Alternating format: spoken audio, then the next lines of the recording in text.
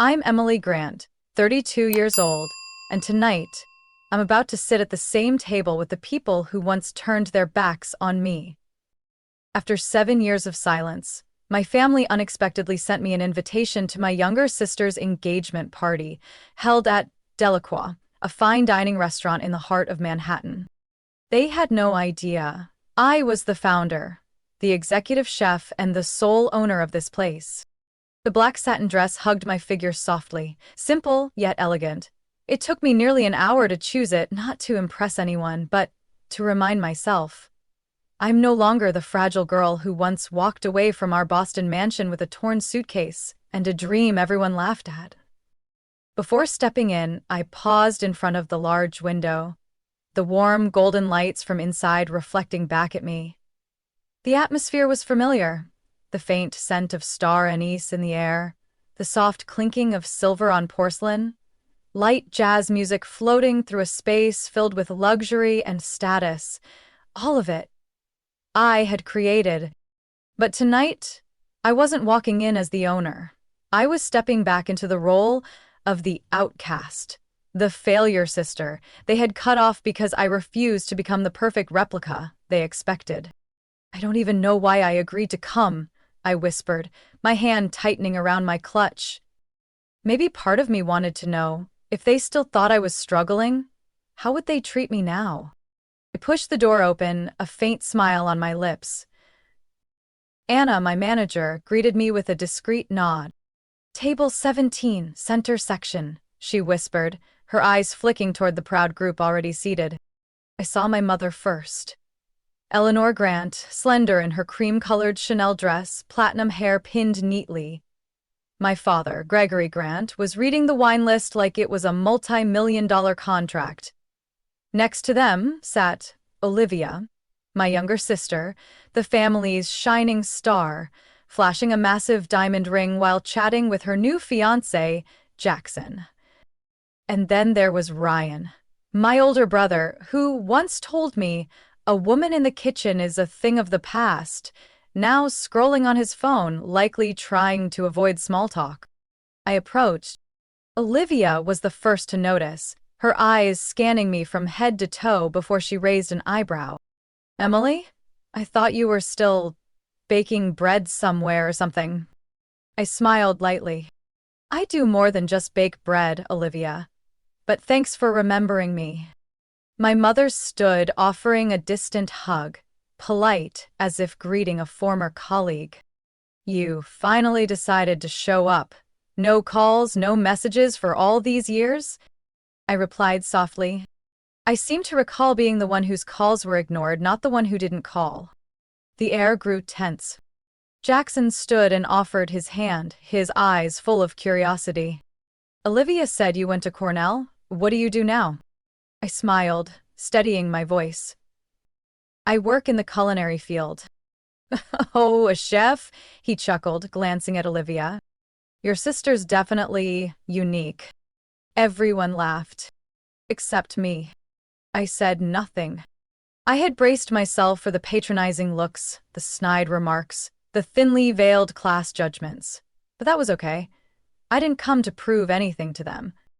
I came to prove to myself that I was strong enough to sit among the very people who once pushed me out of their lives and still hold my head high. Delacroix isn't just a restaurant. It's the result of every sacrifice, every heartbreak, every stubborn ounce of faith I clung to during sleepless nights.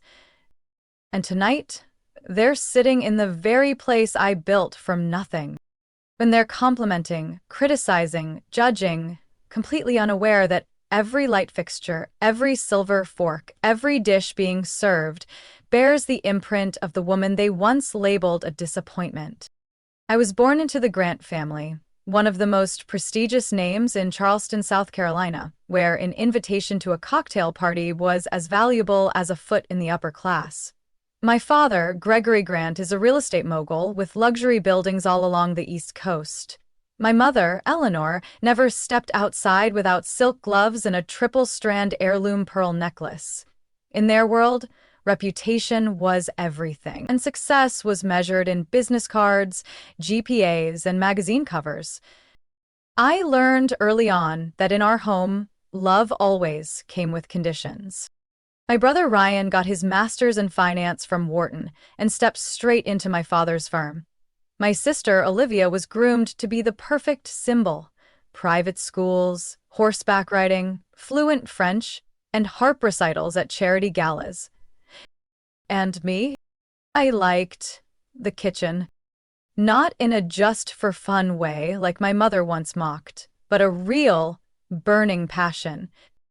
I could stand for hours in the back kitchen, watching butter melt in a pan, inhaling the scent of garlic in oil, and imagining what the next dish could be. The only one who ever supported me, strangely, was our elderly Jamaican housekeeper, Miss Bernice. "You've got a chef's nose, Emily," she once said, her rough hands gently resting on my shoulder. "Only someone who loves the kitchen can smell if something's done just right."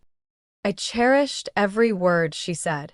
But to my parents, me stepping into the kitchen was no different than a billionaire's daughter choosing to wash dishes for a living. Once, when I was just 14, I secretly signed up for a citywide cooking contest and won second place. I was overjoyed, rushing home to show my mother the small medal. She looked at me and sighed as if I had just confessed to a terrible crime. "You're a Grant, Emily, not some cook at a roadside diner. Put it away." That sentence stuck in my memory like a tiny knife. From that day forward, I understood that my passion would never be welcome in this household. When I was 17, I applied to the New Orleans Culinary Institute without telling a soul. I knew if they found out, there would be no way back, but my parents discovered the full scholarship acceptance letter before I could say anything. I still remember that evening clearly. No one said a word during dinner. Just as I reached for a piece of chicken, my father slammed his silverware down onto the table. "What are you thinking, Emily? After all we've invested in you, you want to become a cook?" My mother didn't say anything. She simply pushed her chair back and walked away, as if she couldn't bear to hear another word from me. The next day, I was handed an application to Brown University, pre-silled, for a business administration major. "Just sign it," my father said. "If you don't expect a single penny from us." I signed. I studied for 4 years with a broken heart. I followed the major they chose, lived inside the structure they built, but my mind was always in the kitchen.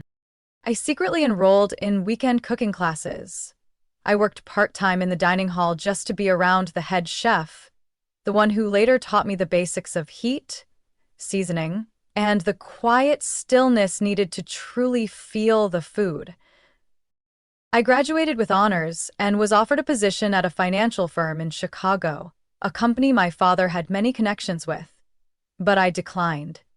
And for the first time in my life, I told them no. I left Charleston in the middle of the night without saying goodbye, leaving only a note. I refuse to live a life that doesn't belong to me. I headed to New York with 2 suitcases, a few $1,000s in savings, and a dream that probably sounded ridiculous to everyone else. The years that followed were harder than anyone in my family could ever imagine. I worked as a kitchen assistant, washed dishes, and slept on friends' couches.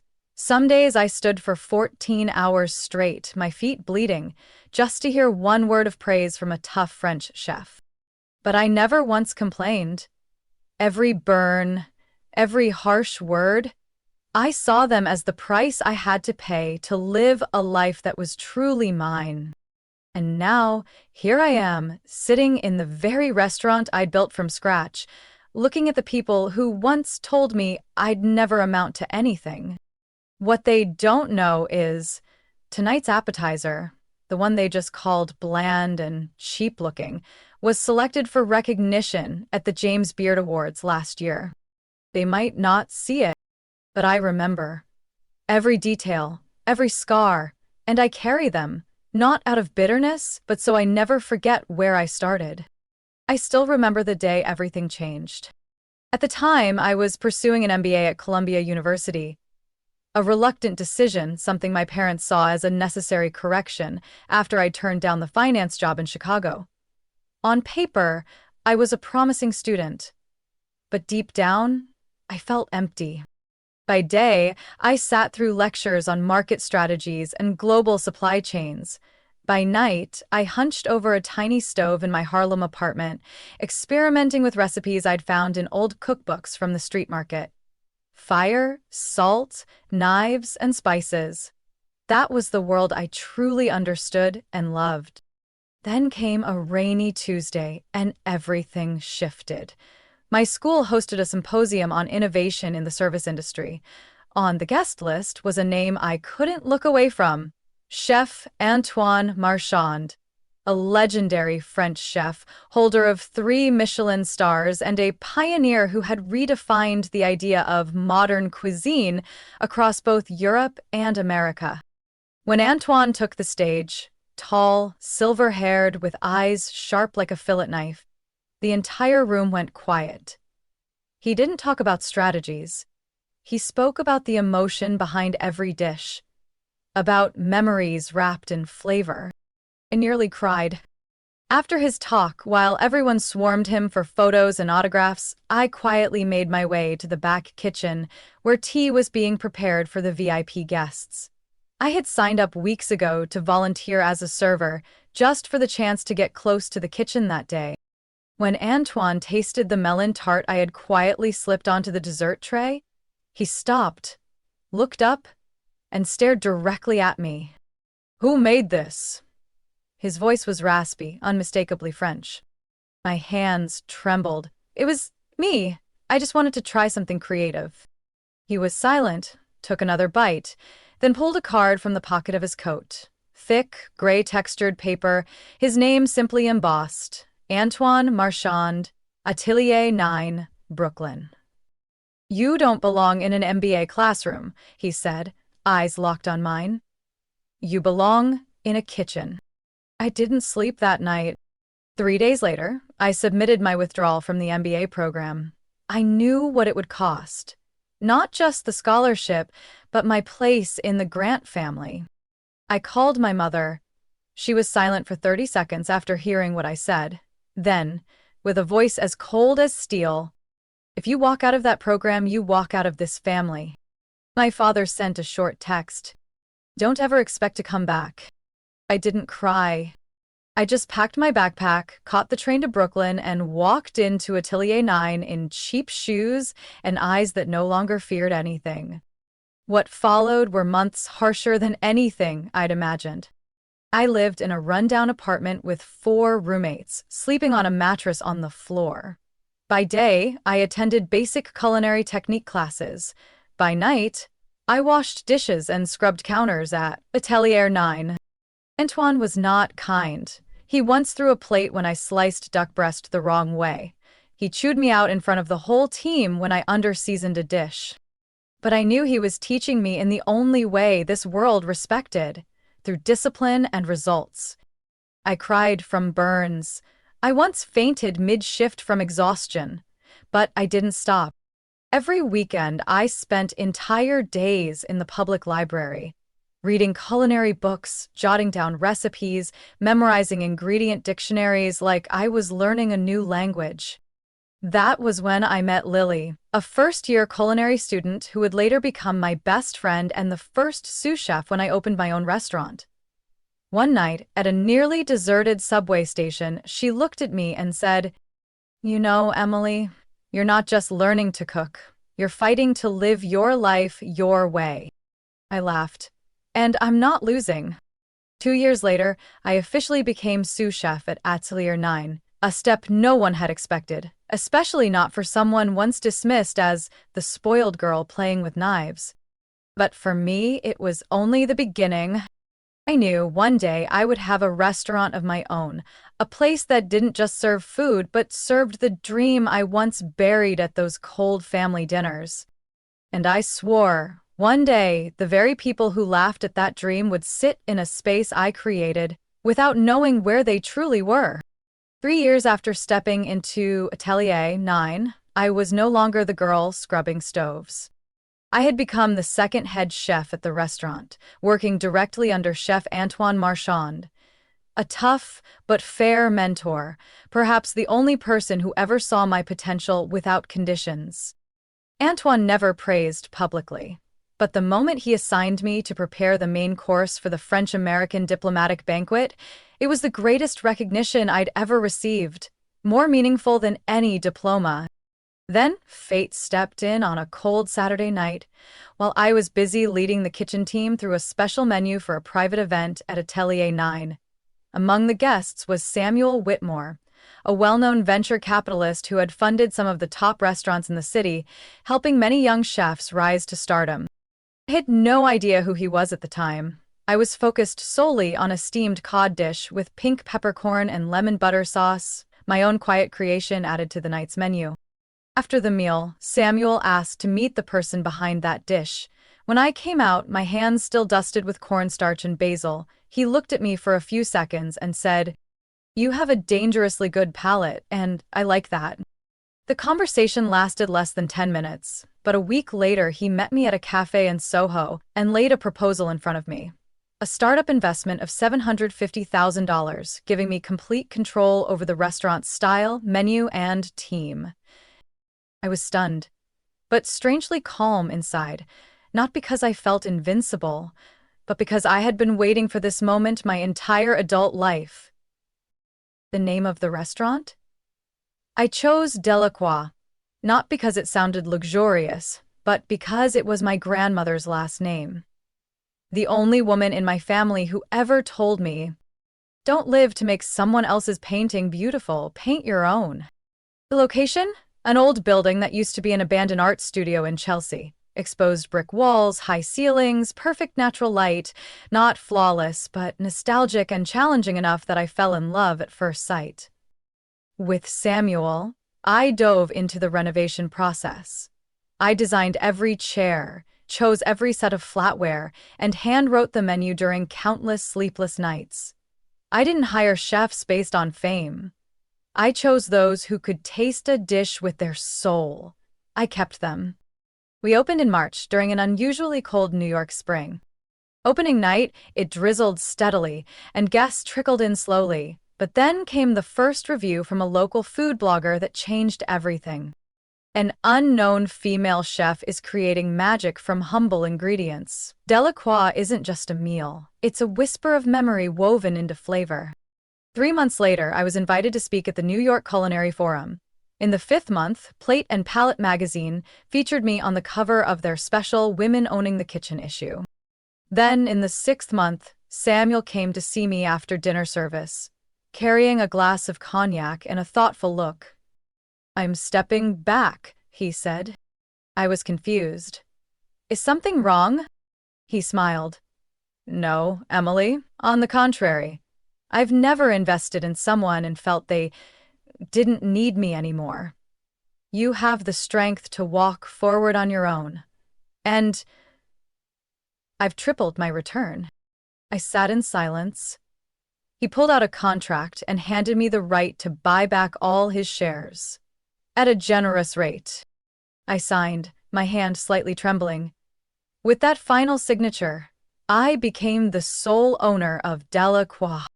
That night, I stayed awake until 3 a.m., sitting alone in the empty restaurant. I turned on the old jazz stereo, poured myself a glass of wine, and cried. Not from exhaustion, but because I had walked a path most people I once knew didn't believe even existed. No family backing, no black card, no reputation to lean on. Just 2 calloused hands, a hypersensitive nose, and a heart that never quit. And then, a few weeks later, I received a slim envelope, the sender's name written in that familiar slanted script. Eleanor Grant. Inside was an invitation to Olivia's engagement party. My younger sister. Venue, Delacroix. I laughed. Not a single person in my family knew this place was mine. Maybe they picked it on a concierge's suggestion or from some glowing review. I stared at the card, my eyes lighting up. "All right," I whispered. "Let's have dinner." I arrived on time, 7 p.m. Not early, not late, precisely to the minute. As if this reunion with the past needed the same perfect timing I used to sear duck to a perfect medium rare. The glass doors of Delacroix opened, casting warm light across the sidewalk. I walked in, not through the kitchen entrance like I usually did, but through the front. It felt unfamiliar.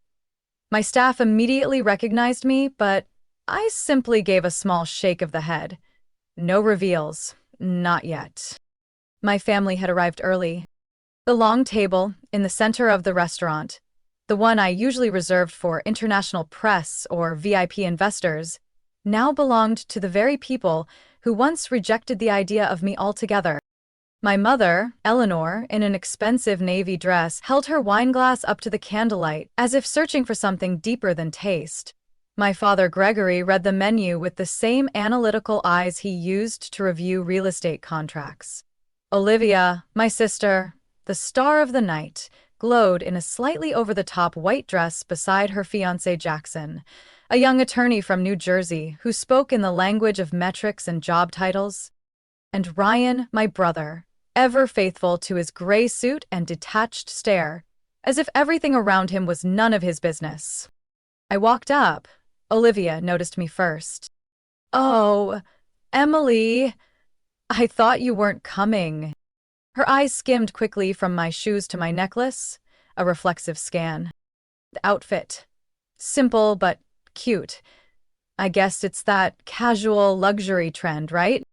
I smiled gently, not taking the bait. I just wear what makes me comfortable. My mother stood, offered her cheek for a kiss without truly wanting to be touched. "It's been a while, Emily. You look fine." Fine. Her favorite word when masking disappointment. We took our seats. Marcus, the restaurant manager, and the person I trust most, appeared with the black leather wine list in hand. He glanced at me, eyes asking, "Is it time?" I gently shook my head. Let them finish playing their parts. Everything happened just as I predicted. When the appetizer, baked goat cheese on smoked zucchini, was served, my mother frowned. "This portion? Who could possibly be full with that? They call this cuisine nowadays?" Olivia tapped her fork lightly on the edge of the plate, tilting her head. "Seems fitting, if someone's on a crash diet." Jackson took a bite, chewed twice, then nodded like an expert. "Needs more salt? In Manhattan, I'd guess this goes for maybe $18. I sipped my wine, looking straight at them, but said nothing. Everything was following the same tired script, where I was the failure and they were the judges of my life. Then Olivia switched the topic. "So Emily, what have you been up to these days? Everyone's still wondering, how do you make a living?" I looked up. "Well, in the culinary field." "Oh, still cooking?" Olivia blinked. "I figured maybe you were waitressing or managing. Being a chef's exhausting. Doesn't pay much either." "It's enough to live," my father interjected. "The point isn't just making ends meet. It's stability.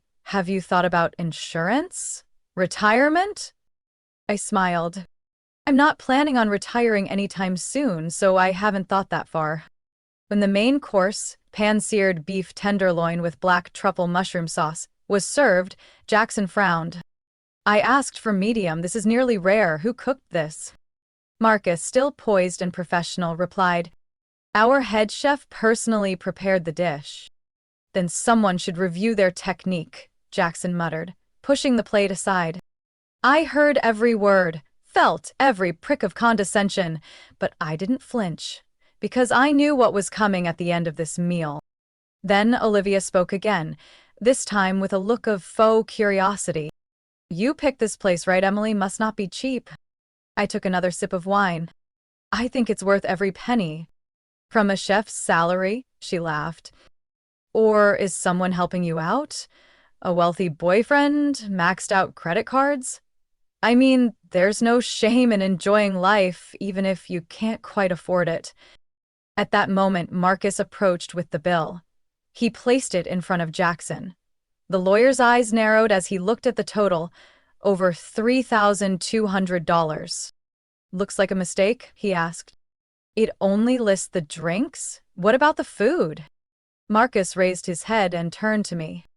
"It was time." I gave a small nod. Marcus bowed politely. No mistake, sir. The entire meal has been covered by the restaurant owner, and he turned toward me, a visible smile on his face. Welcome back to Delacroix, Miss Emily. Your usual table is ready if you'd like to review tonight's tasting menu before your investor meeting. Olivia's fork clattered onto her plate. I lifted my chin and looked directly at the 6 stunned faces. Thank you for dining at my restaurant. Please enjoy the rest of your meal. No one said a word? The entire table fell into a silence so deep I could hear Olivia's wineglass gently touch the porcelain plate as she absent-mindedly set it down.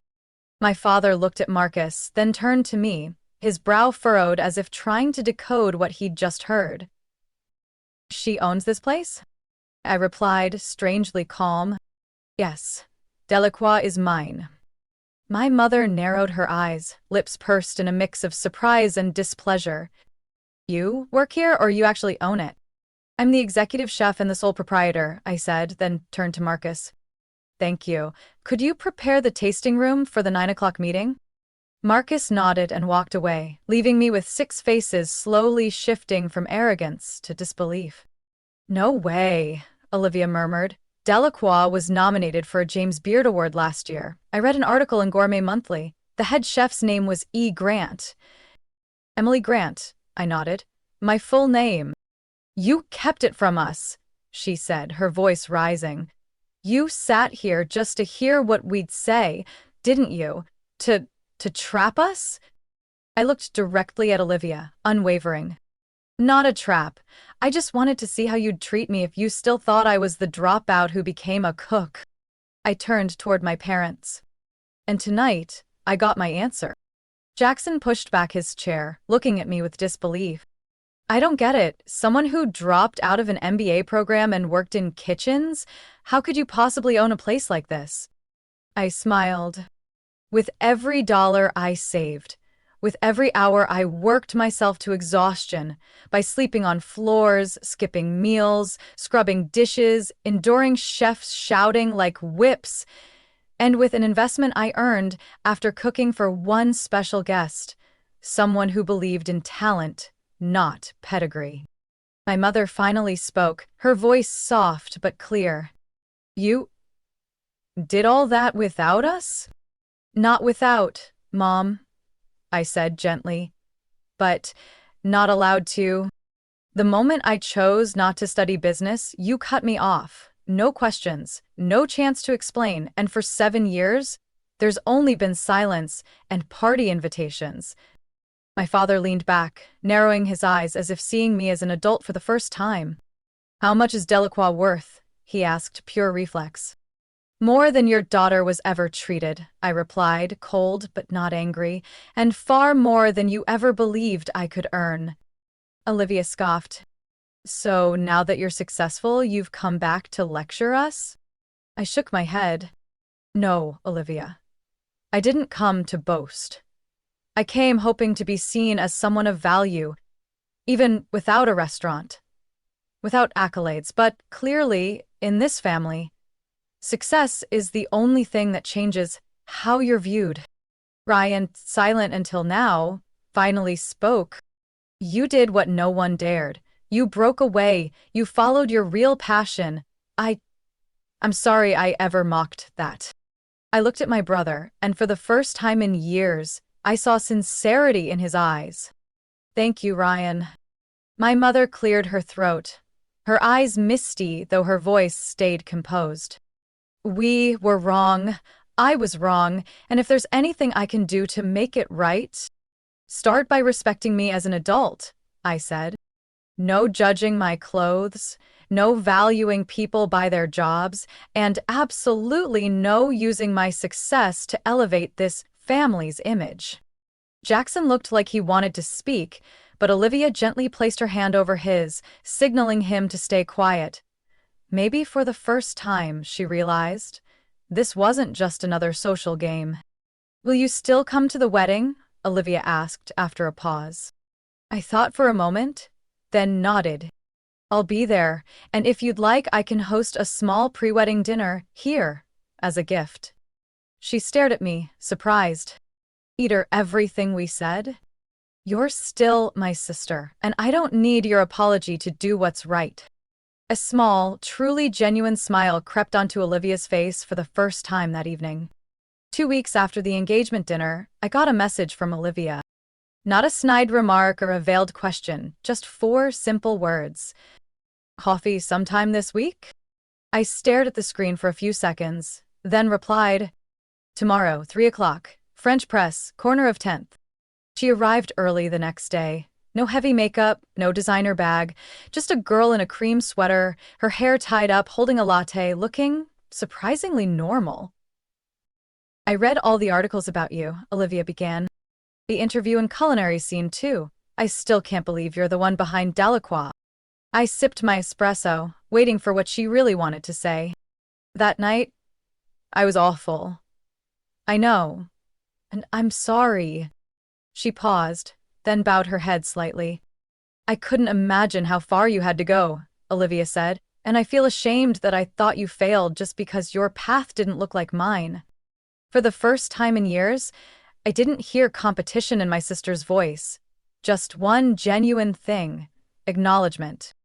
I'm not holding on to the past, I said, but what I need is respect, not because I've made it, but because I've always deserved it.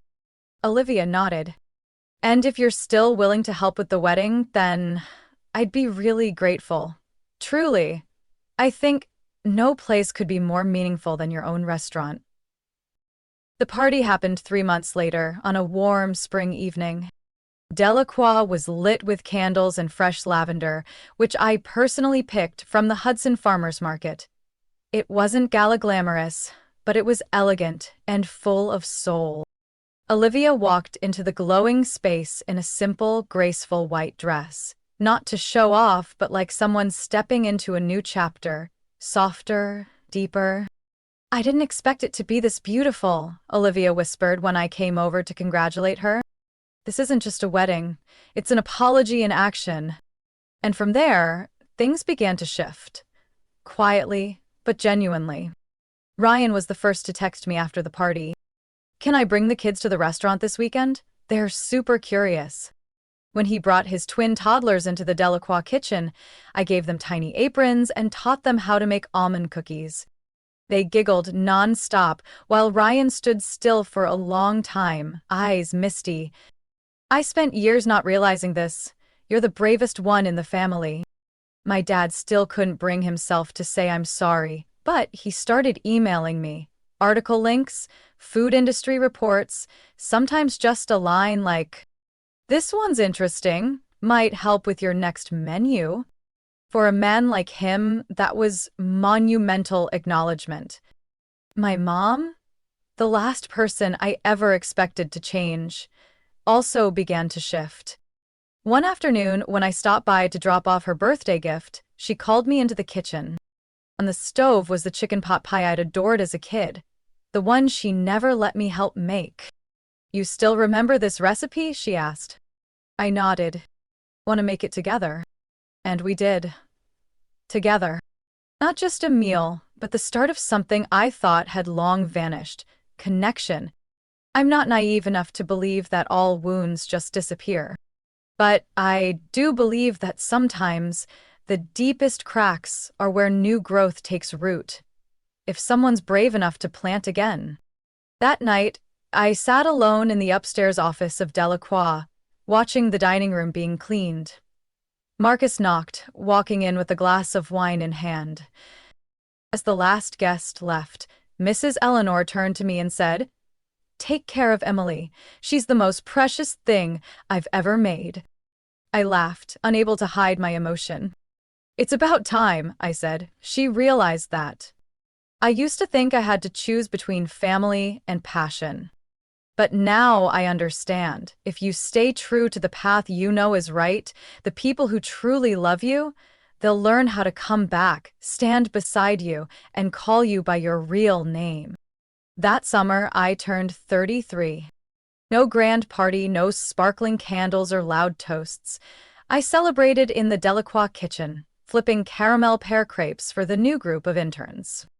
Flowers splattered across my apron. Sweat dotted my forehead. But my heart felt light. No more expectations to meet. No more judgmental stares. No more need to prove anything to anyone. I had become the woman I once only dreamed of being allowed to become. After Olivia's wedding, I got an email from Marrow and Pine, a publishing house known for culinary books and memoirs. They'd read my piece in Food and Heartland and asked if I'd consider writing a book, blending recipes with my life story. At first, I hesitated. I didn't want the book to be a checklist of dishes or a polished highlight reel. I wanted it raw, simple, honest, even if it hurt, beautiful, but never deceitful. I named the book Fire and Salt: The Seasons I Cooked to Live. It came out in the fall, amid falling leaves and the scent of cinnamon in every corner of the city. It didn't become a bestseller or top any Amazon charts, but handwritten letters came in from people who'd quit jobs to open a bakery, left toxic relationships to start a food truck, and to me, those were the only awards that ever mattered. At the same time, I launched a culinary program for underprivileged youth called Kitchen Strength. Every Saturday morning, Delacroix's kitchen turns into a classroom. No whiteboards, no plastic chairs, just raw ingredients, real fire, and eager hands. I met Jessie, a 19-year-old who dropped out of school after facing gender discrimination.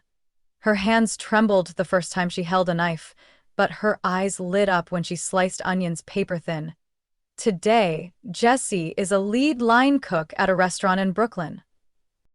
Then there's Malik, 22, who once spent time in juvenile detention for theft. After 3 months in the Kitchen Strength program, he found his place at a major hotel, managing the pastry station. I look at these kids and I see my younger self, lost, alone, but always carrying a spark, just waiting for the right moment to catch flame. My family? They're still themselves. But the difference is, I no longer need their approval to feel enough. My mom now calls to ask for the recipe behind the special autumn salad on the menu. My dad sends photos of dishes he's tried from my cookbook, sometimes burnt, sometimes too salty, but always with effort. And Olivia still slips up now and then, but she's learning to pause and to course correct. We're not the picture-perfect sisters, but now, at least, we know how to sit at the same table without hiding parts of who we are. One night, after class wrapped up, I stayed in the kitchen alone. I pulled out an old, worn notebook, the one I used to jot down my first recipes during my MBA days, written in blue ink with greasy hands and a tangled heart. I flipped to the first page. A shaky scribble read, "Someday, I'll cook for myself, not to be loved, but because I deserve it." I laughed. That day wasn't a big moment, no flashbulbs, no applause.